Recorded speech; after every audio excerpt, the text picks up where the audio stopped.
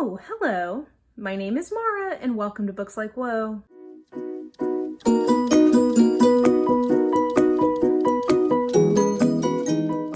Alrighty, so I have critical mass to go ahead and do another unhaul. I believe I am going to be able to make a run to my used bookstore. Thought through how to do that in a way that I feel comfortable with. So I am going to be able to actually unhaul these. I have been giving some of the books that I've been unhauling away to my little free library, but apparently everybody has that same thought because it overfloweth. So anyway, I'm just going to run through in random order books that I'm getting rid of. I think actually most of these are ones that I've read and am not keeping for one reason or another. So let's get into it. Okay, Normal People by Sally Rooney. You may be looking at this and thinking, isn't that the fancy British edition that you had to get from Book Depository? Now you're getting rid of it. The answer to that is yes. Unfortunately, this one just did not jive for me, and I'm so bummed. Like, I did order a special edition of it because I really thought this was going to be a book I loved, and not so much, unfortunately. So this is a very hot book. There's an adaptation of it, so I'm sure somebody else will enjoy it more than I did. It just wasn't for me. Similarly, Before We Were Yours by Lisa Wingate. This was this is fine. It wasn't even now, I read this probably 3 or 4 weeks ago, and even now I'm struggling to remember what happens in this book. It's historical fiction intercut with a current sort of looking into the past kind of plot, and it's around this, it's based on a true life story here in the South where this woman named Georgia Tan was taking children from poor families and putting them into orphanages so that they could be adopted by rich families, and it's somebody looking into the past of that, and it was perfectly fine, but just not memorable, and has been a big bestseller, so I'm sure somebody else will enjoy it more than I did, so it's just time to pass it along. Machines Like Me by Ian McEwan. This I got as a part of Operation Sci-fi, and again, this is another one that was I gave this 3 stars. It's a AI alternative history sci-fi thing with Alan Turing. I don't know, the writing in this was nice, but that was about it. And I am definitely never going to reread it. Don't need to hold on to it. Oh, speaking of Operation Sci-fi, I am unhauling Golden Sun by Pierce Brown because for Operation Sci-fi, I read Red Rising. Did not like that book.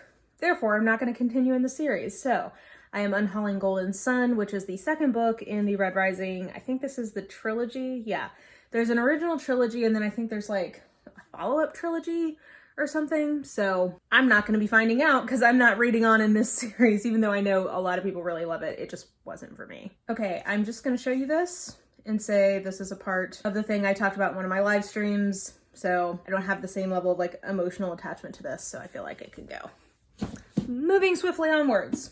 Recursion by Blake Crouch, another Operation Sci-fi pick that was fine, but not all that memorable, I don't think. It was okay. I think this is meant to be a fun, rompy kind of a book, and I just didn't have all that much fun with it, so therefore it was only okay to me. So I gave this 3 stars. I think that was being pretty generous to it, and yeah, I don't need to hold on to this. Oh man, there's a lot in here for Operation Sci-fi.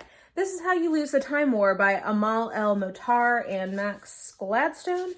Yeah, this is good. I gave this 3.5 stars. I do like this, but I didn't love it. Should I hold on to this?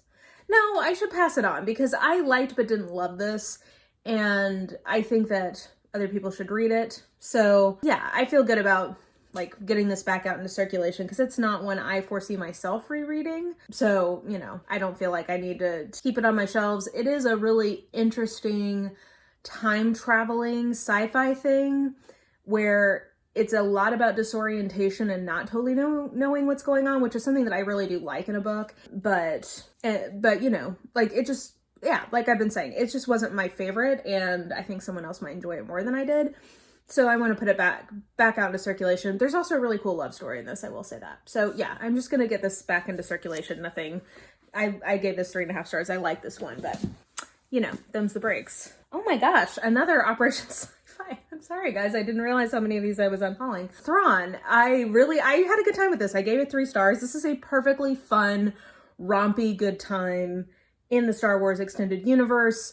I think that if you are down for that description, and you like a hero, or not a hero, sorry, a villain backstory kind of thing, I think you could be into this. I had a good time with this.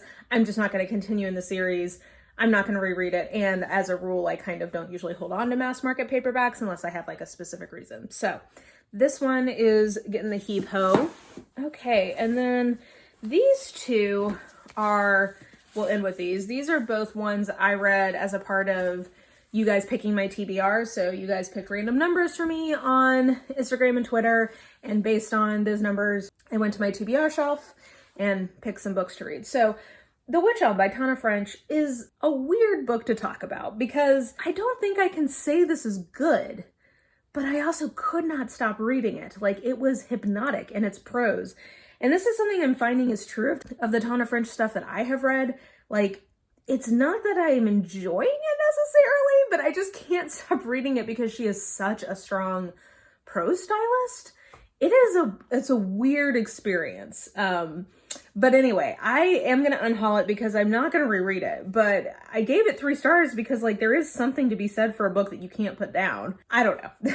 This is just sort of a weird reading experience, but I am going to unhaul it. I will tell you, this is sold as a mystery, and I don't think it's a very good mystery. Like, if that's what you're coming to this book for, maybe don't read this book, read something else, because it's just not that satisfying as a mystery, but you will be sucked into the vortex of her prose, apparently. At least I was. And then another book I just straight up did not like is Aurora Rising by Amy Kaufman and Jay Kristoff. Yeah.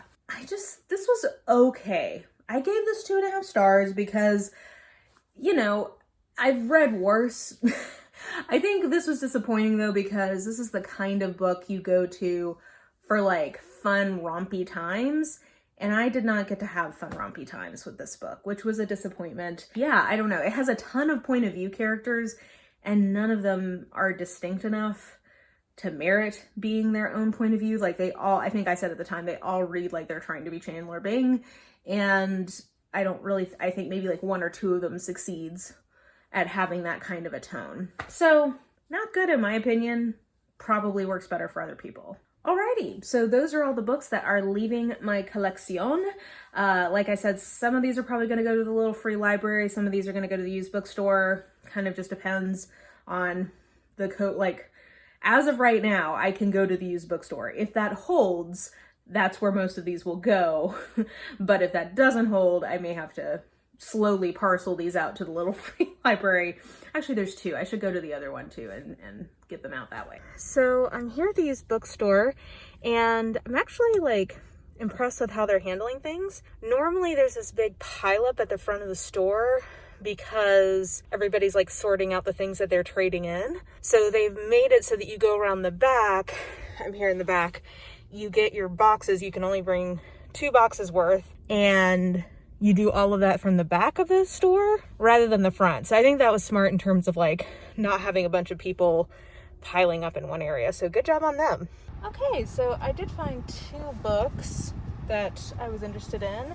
One is there is this really nice hardback edition of Wolf Hall.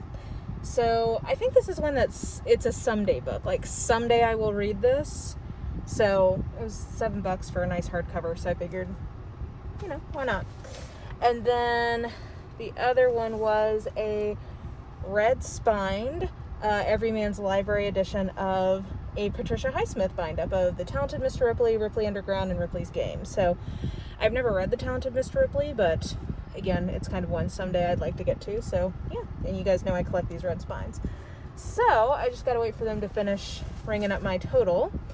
And yeah, good run to the used bookstore, I think. So anyway, yeah, let me know what you thought of any of these books in the comments. Let me know if you loved any of these, if you hated any of these, etc. And yeah, I think that will do it for now. So if you enjoyed this video, please like, subscribe, follow me on the social medias if you're so inclined. I have all that information listed in the description box below, along with a link to register to vote.